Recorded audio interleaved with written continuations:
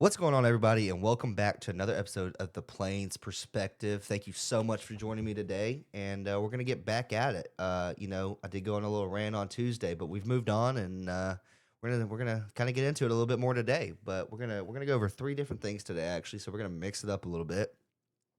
First day of spring practice was on Tuesday, so we have a few notes on that, and then we're gonna talk about Auburn basketball getting the win over South Alabama on Tuesday as well, and then Auburn baseball getting the win over number 3 Georgia Tech on Tuesday as well. So Auburn had a very, very, very effective Tuesday, to say the least. But yeah, to start it off, we're kind of just gonna go over some spring practice notes I've been seeing and kind of reviewing a little bit and catching everybody up on what's been going on a little bit. It's exciting. I feel like the first day of spring, especially under a new administration, is very, very interesting. Kind of getting to see how the process is different from the last administration and seeing how the players are reacting to which players and seeing who leads this team. And I can say this for sure: this team has a leader. And in our past teams, we didn't have that leader. And Byron Brown is a leader. Jackson Arnold was not a leader. Peyton Thorne was not a leader. And that was kind of the problem with this basketball team as well. We didn't have a leader, a vocal leader. And Byron Brown is a vocal leader. He leads by example and he leads vocally. And that's what you need out of a quarterback. So to say the least, I say that's an upgrade right off the bat. So I'm excited about that. But yeah, so let's just dig into the first day of spring practice, and kind of talk about it a little bit. So the first thing that's been kind of blowing up on Twitter over the since yesterday, since Tuesday, is Byron Brown's throwing motion. And it's kind of so funny to me because it's always the outsiders. It's no Auburn insider or no, it's like people who've never played the sport of football, and I've never played football, so I'm in the same boat. But people who have played football can vouch that, it's not as big of a deal as some people are letting it on to be. And, for a quarterback who threw for 3,158 yards and 28 touchdowns last year, not bad. You know what I mean? So like if you throw like that and you throw 3,000 yards, I saw a quote that said, it can fly like a duck, but as long as it hits that receiver's hands, that's all that matters. And so yeah, the overreaction on that was just ridiculous. And it's just off-season stuff that people need something to talk about. And it was convenient enough for people to discuss and get on here and bash Auburn when they had the chance to do it. And so that's just what they did. But you can go on here and bash Auburn, but at the same time, the man threw for 3,000 yards yesterday. And numbers don't lie. Numbers do not lie. So there's that. Yeah, and so like I was going earlier, just to stick on Byron Brown. I just want to bring that up very shortly, just because it was bothering me a little bit that everyone was bashing him and there were certain people defending him, and the whole situation was just a joke, personally. And here's my thing on it: if you haven't gone, because everyone knew, if you went back and watched USF film from last year, you already knew that's how we threw the football. There was no surprise in that. So if you're over here bashing the way he throws the ball, then obviously you're not serious enough about Auburn to watch film on your new quarterback. And then you're not serious enough to actually have an opinion on the way he throws the football. And so that's just kind of my thought on it. But yeah, to stick on Byron Brown, like I was saying earlier, he is a leader. In all these videos and everything that they do, he's up front.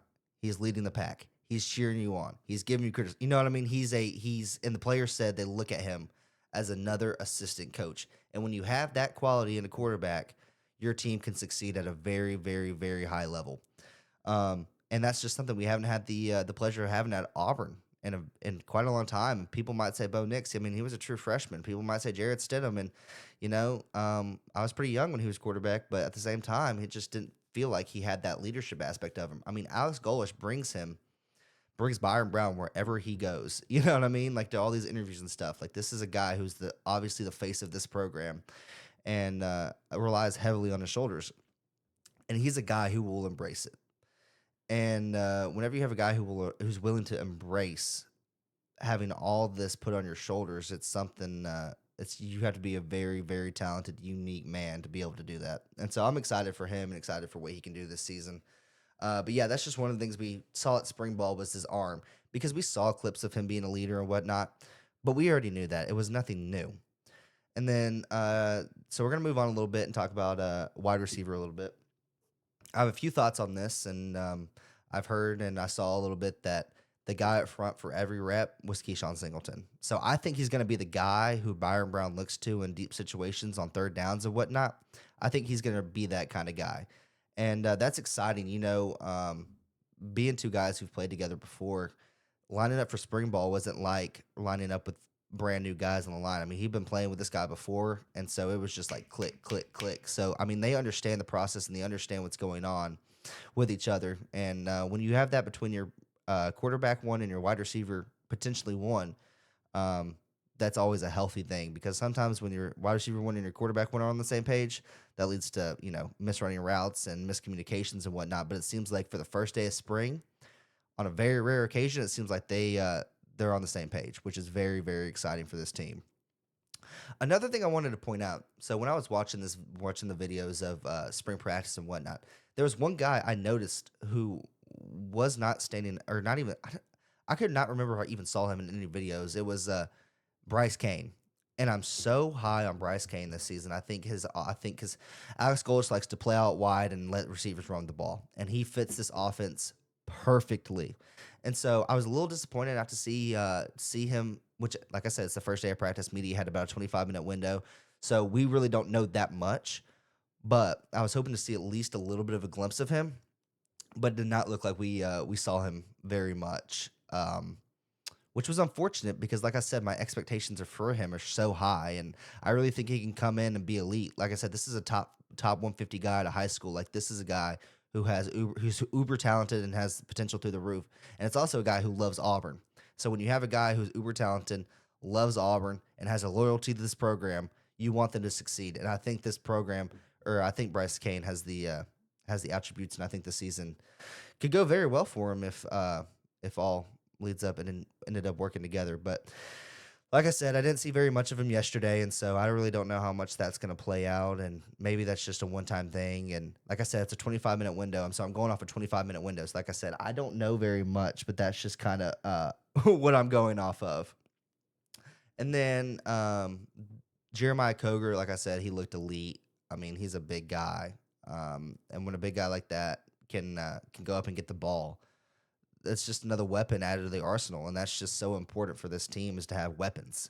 Because I think Byron Brown said in his like post game interview with the media, he said we got a bunch of dogs at wide receiver. And yeah, we were talented at wide receiver last year, but I wouldn't call them dogs because they didn't win games. I think these guys are willing to die to win football games, and that's what you need in every single room. If that's the culture you're trying to build, that's the kind of rooms you need in your program. And so I'm happy to hear that. I'm happy to hear the wide receiver rooms are willing to, die, and they bought into this culture. And the culture was already set because they followed Alex Golesh. The majority of them did. And so I'm just hoping the other rooms kind of follow suit.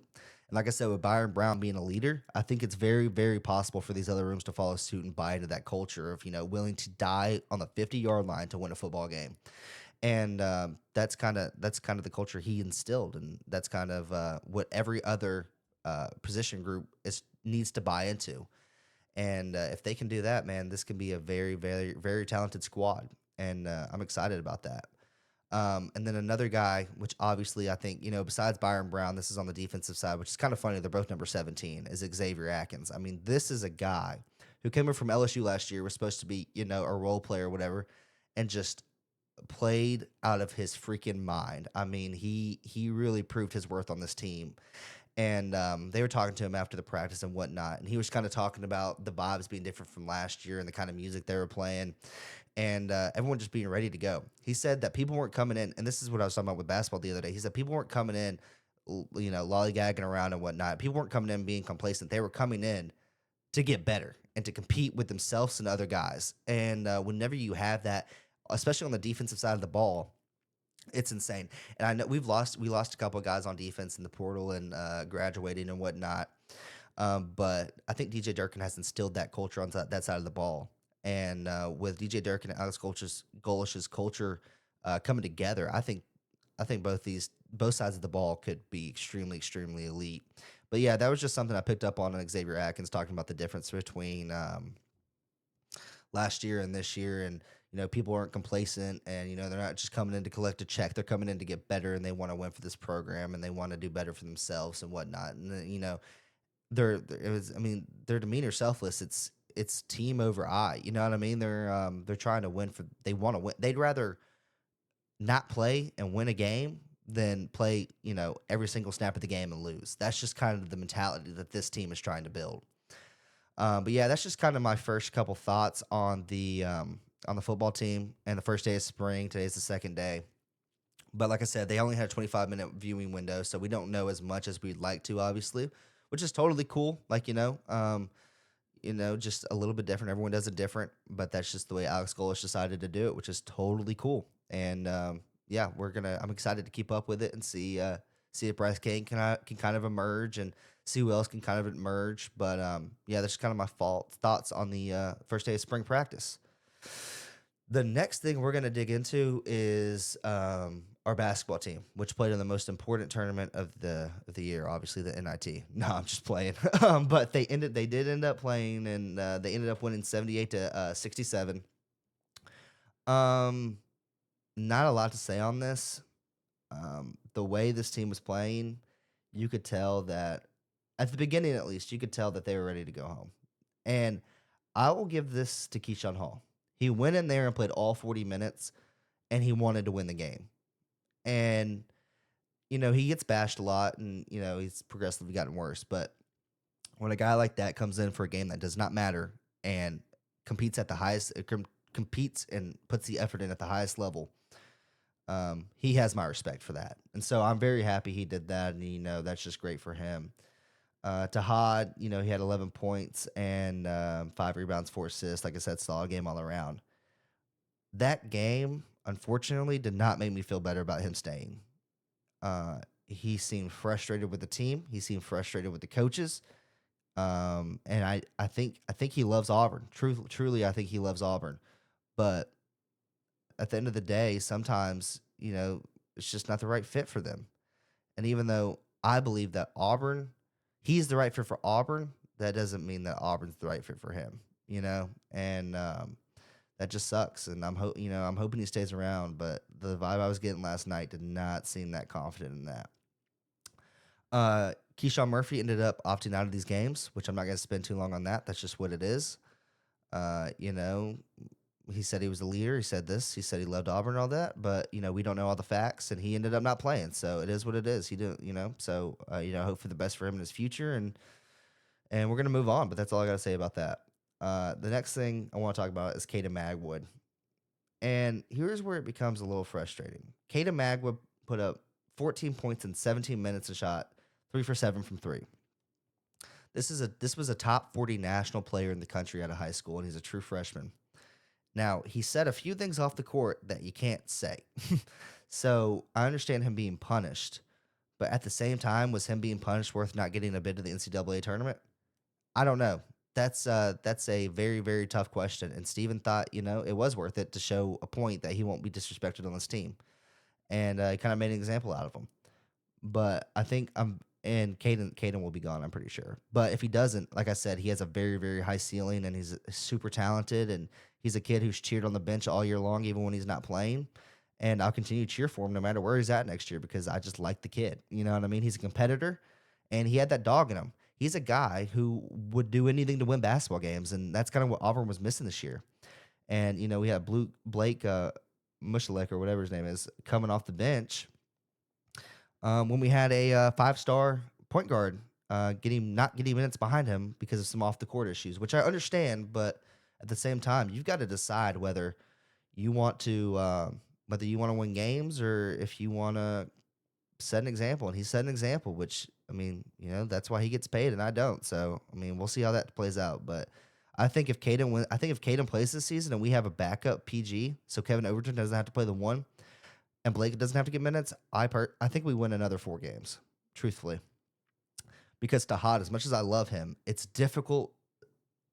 The way he plays, it's hard for him to play when he's tired, because he plays so explosive and he plays so fast. So it's hard to do that when you're tired. So if we had a guy coming off the bench like Caden Magwood to essentially, just come in and not keep that same energy up, it would have been a game changer for this season.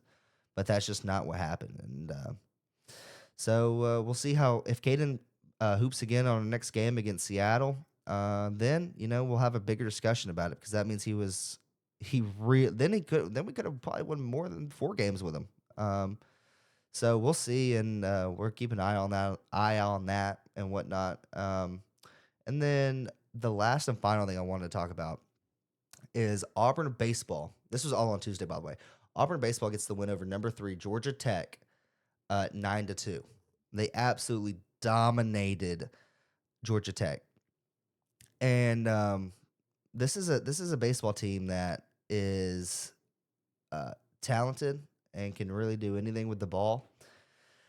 They, I mean, from the bats to the pitching to the staff to the bullpen catchers to the managers. I mean, from up down, this team is elite, and I think this is the best baseball team we've had in a while. And I'm excited for them because this team is different. This team is different from past teams. This team from the pitching room is deep.